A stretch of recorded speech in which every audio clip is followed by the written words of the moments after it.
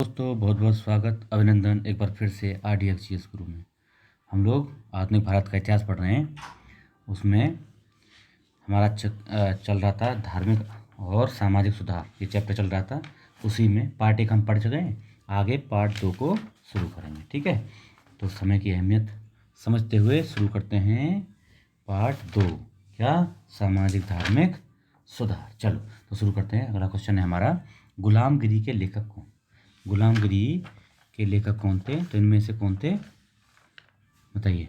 Jyotiba Phule, BR Ambedkar, Mahatma Gandhi, Periyar. कौन थे बताओ? तो इसमें थे option B is correct, Jyotiba Phule. Jyotiba Phule Gulamgiri के लेखक थे। चलो अगला देखते हैं, वह बंगाली नेता कौन था जिसने सामाजिक धार्मिक सुधारों का विरोध किया और रूढ़िवादिता का समर्थन किया? मतलब रूढ़िवाद यानी पुरानी चीज़ें जो चली आ रही थी ना, उन्हीं का समर्थन किया। किसने किया था? ये थे राधाकांत देव। 1830 ईस्वी में बंगाल में धर्मसभा की स्थापना, इन्होंने धर्मसभा की स्थापना की और रूढ़िवादिता का समर्थन किया, राधाकांत देव ने। अगला देखते हैं, राधा स्वामी सत्संग के संस्थापक कौन थे? कौन थे? तो ये थे शिवदयाल साहब।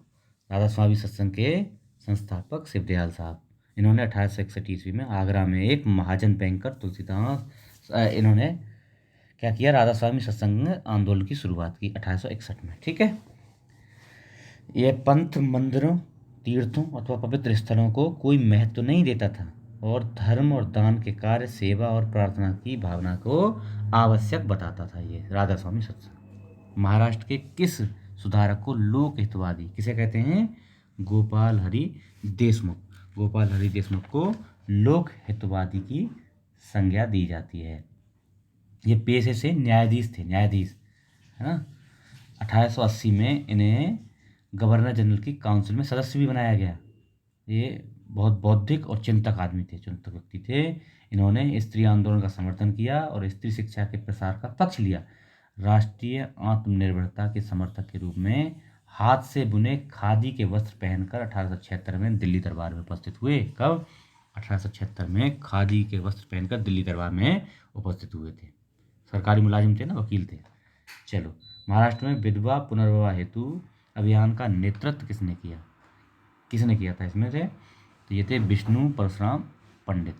ये याद रखना, विधवा पुनर्विवाह हेतु प्रथम अभियान, प्रथम है ना, प्रथम किसा? विष्णु परशुराम पंडित ने किया और उन्होंने 1850 में विडो मैरिज एसोसिएशन की स्थापना की। किसने? इन्होंने, विष्णु परशुराम पंडित ने, विडो मैरिज एसोसिएशन। साथ ही विधवा पुनर्विवाह आंदोलन भी चलाया।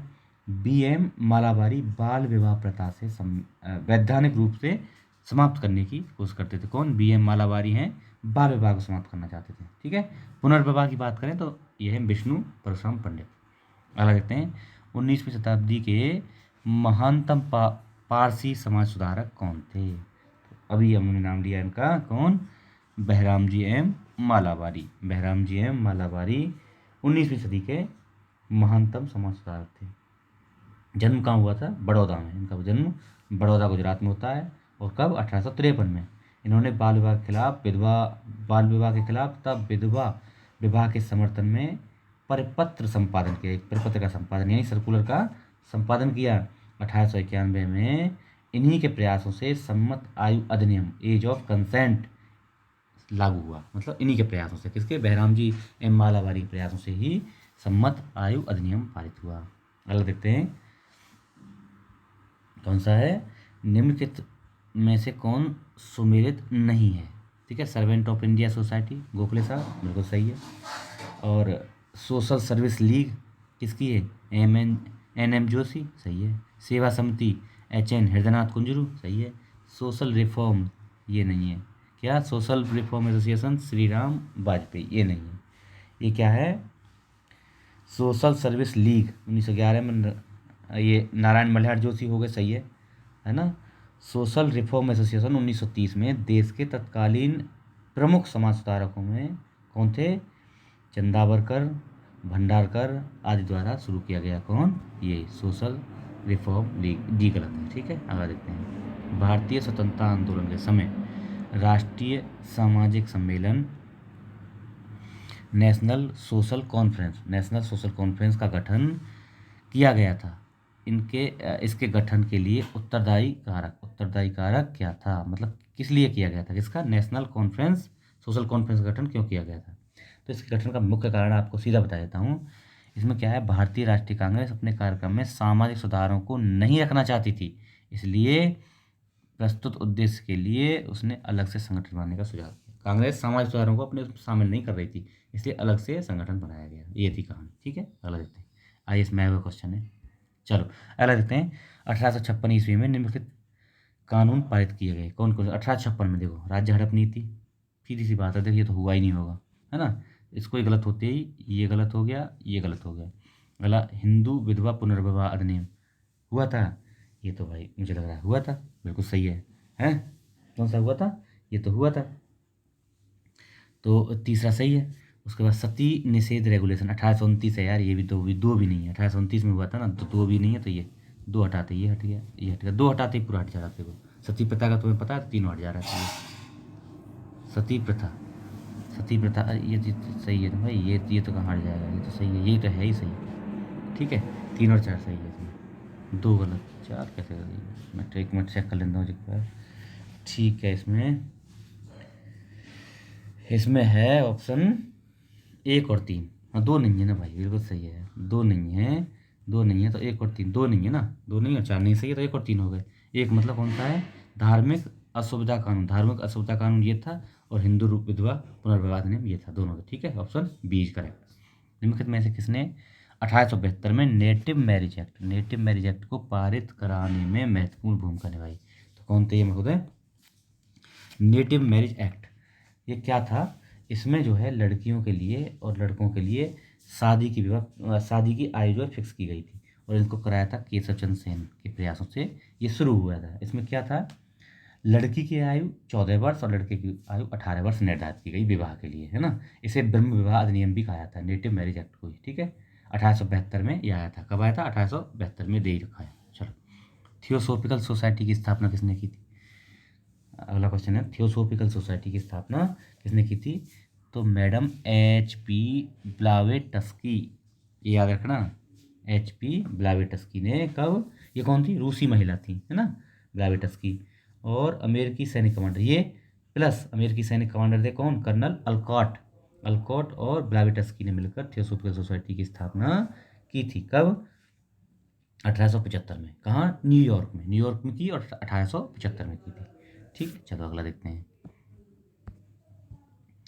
भारत में थियोसोफिकल सोसाइटी की सफलता का मुख्यतः, मतलब सफलता क्या थी, मुख्यतः इसकी सफलता क्या थी, तो क्या थी इसमें से सफलता मुख्यतः थी, ये देखो इनमें से कौन, मतलब सफलता, देखो क्या है, स्थापना कर दी थी इन्होंने, कर्नल अल्काट और ब्लावेटस्की ने, लेकिन क्या होता है, बाद में 1879 में, 69 में स्थापना हुई, 79 में ये जो है कौन, कर्नल अल्काट और मैडम ब्लावेटस्की भारत आए, और मद्रास में कहाँ पे, अडियार जगह पे इनका थियोसोफिकल सोसाइटी का मुख्यालय स्थापना कर दी। 1889 में श्रीमती एनी बेसेंट से जुड़ती हैं, और वो उन्हीं के प्रयासों से ये एक बड़े मुकाम पर पहुंचाया जाता है, कौन, थियोसोफिकल सोसाइटी, इसकी सफलता इन्हीं के प्रयासों से, है ना। ये जो है ब्रह्म विद्या, हिंदू धर्म के आध्यात्मिक दर्शन, कर्म सिद्धांत, आत्मा के पुनर्जन्म सिद्धांत का समर्थन करती थी, कौन, थियोसोफिकल सोसाइटी। ठीक है, चलो अगला देखते हैं। सूची 1 को सूची 2 से मिलाना है। ब्रह्म समाज की स्थापना किसने की, अरे कहाँ हुई थी, तो कहाँ हुई थी ब्रह्म समाज की स्थापना, आपने सबने अच्छे से देखा है, तो कहाँ पे थी बताओ, कलकत्ता में, मुंबई में, कहाँ है बताओ। बिल्कुल सही है, 3 कलकत्ता में ब्रह्म समाज की स्थापना कहाँ हुई थी, कलकत्ता में। चलो, 1828 में मानव धर्म सभा, ये कहाँ हुई थी, मानव धर्म सभा की स्थापना हुई थी कहाँ, सूरत में, मानव धर्म सभा सूरत में, यानी 3 और 2 से शुरुआत है, 3 और 2, 3 और 2 एक ही है, ये 3 2 1 4, 3 2 1 4। आर्य समाज बम्बई में, है ना, और नदवा उल उलमा लखनऊ में, इसी से याद आया है ना। तो कहाँ, ब्रह्म समाज कलकत्ता, मानव धर्म सभा सूरत में, आर्य समाज बम्बई में, नदवा उल उलमा लखनऊ में। ये ऑप्शन हो गया डी। निम्नलिखित में से किसे समाज सुधारक 1826 के जूरी अधिनियम का घोर विरोध किया, मतलब किस में से किसने समाज सुधारक सुधारक ने, इनमें से कौन सा समाज सुधारक था जिसने 1826 के जूरी अधिनियम, 1826 में जूरी अधिनियम आया था, उसका विरोध किया था? तो कौन थे महोदय? ये थे राजा राम मोहन साहब। राजा राम मोहन साहब ने इसका विरोध किया था। ठीक है, चलो। अच्छा, MC सीतलवाड़, BN राव, अल्लादी कृष्ण स्वामी अय्यर प्रखास सदस्य थे। किसके सदस्य थे? इनमें से किसके सदस्य थे? अब देखो, इनमें से किसके सदस्य थे ये? Servant of India society. Servant of India society की स्थापना 1905 में कहाँ? पूना में गोपाल कृष्ण गोखले ने की थी। इसके उद्देश्य की बात करें तो भारत सेवा के लिए प्रचारक तैयार करना, भारत की सेवा करने के लिए प्रचारक तैयार करना, संवैधानिक रूप से भारतीय जनता के सच्चे हितों को प्रोत्साहन देना, ये इसका उद्देश्य थे। मंडल ने श्रीनिवास शास्त्री, GK देवधर, MG जोशी, पंडित हृदयनाथ कंजरू जैसे महान समाज सुधारक पैदा किए। ये सब लोग इसी से आए थे। और MC सीतलवाड़, BN राव, अल्लादी कृष्ण स्वामी अय्यर इसके प्रखास सदस्य थे, सर्वेंट ऑफ इंडिया सोसाइटी के। ठीक है, अगला देखते हैं। बहुजन समाज का संस्थापक कौन था? तो कौन था? मुकुंदराव पाटिल। 1910 के उपरांत ज्योतिबा फुले के विचारों से प्रेरित होकर मुकुंदराव पाटिल ने एवं शंकरराव जादव ने, मुकुंदराव पाटिल और शंकरराव जादव ने एक ब्राह्मण विरोधी और प्रबल ब्राह्मण विरोधी कांग्रेस विरोधी बहुजन समाज की स्थापना की। कब? 1910 के उपरांत। चलो, किसने कहा कि यदि भगवान अपरसता को सहन करते हैं तो मैं उन्हें कभी नहीं मानूंगा? ये बहुत महान विभूति हैं जिन्होंने कहा, यह हैं अपने बाल गंगाधर तिलक। इन्होंने कहा था कि अगर भगवान भी अपरसता को मानते हैं तो मैं उनको नहीं मानूंगा। ये बात उनकी थी। मतलब सूची 1 से सूची 2 मिलानी है हमको, तो देख लेते हैं। सबसे है राजा राम मोहन राय। राजा राम मोहन राय किससे संबंधित हैं? चलो, किससे? कहा कि हिंदू धर्म का शुद्धतम रूप उपनिषदों में। उन्होंने कहा था कि हिंदू धर्म का रूप उपनिषदों में, तो इनके लिए 4 हो गया। केशव चंद्र सेन क्या बोलते थे? केशव चंद्र सेन ने कहा था कि ब्रह्मवाद के विश्व को, मतलब केशव चंद्र ब्रह्मवाद को विश्व धर्म बनाना चाहते थे, यानी 4-1। दूसरे में हो गया 1। तीसरे में दयानंद सरस्वती, क्या ये है वेदों संस्थापित, तो 2 हो गया। C में 2 हो गया। और रामकृष्ण परमहंस ईश्वर तक पहुंचने के कई मार्ग बताते हैं, ये हो गया 3। यानी देखो, C में अगर 2 आपको पता है, C में 2, तो ये D हो सकता है, और कौन सा हो सकता है? A हो सकता है। वैसे ऑप्शन इसका D है। ठीक है, 4-1-2-3 मैंने मिला दिया, देख लेना आप लोग। ठीक है, चलो। निम्नलिखित कथनों को ध्यानपूर्वक पढ़िए। ब्रह्म समाज एकेश्वरवाद का समर्थन करता था। सही है क्या बात? चलो देखते हैं ना अभी। आर्य समाज ने शिक्षा के विकास में योगदान दिया। रामकृष्ण मिशन की स्थापना स्वामी विवेकानंद ने की। सही है, तो पढ़ लिए हम लोग। आर्य समाज ने शिक्षा के विकास में योगदान दिया, ये भी सही है। ब्रह्म समाज एकेश्वरवाद पर जोर देता था, बिल्कुल सही है। तो ऑप्शन ए इज करेक्ट, यानी तीनों ही सही हैं। ठीक है, चलो अगला देखते हैं। भारत ने नारी आंदोलन इनकी प्रेरणा से प्रारंभ किया। कौन? नारी आंदोलन किसकी प्रेरणा से? तो ज्योतिबा फुले साहब के प्रयत्नों से। ये ज्योतिबा फुले क्या है? आदमी है ये। नारी आंदोलन की प्रेरणा ज्योतिबा फुले से मिलती है। ज्योतिबा फुले मानते थे कि महिलाओं एवं दलितों का उत्थान करके ही सामाजिक बुराइयों को दूर किया जा सकता है।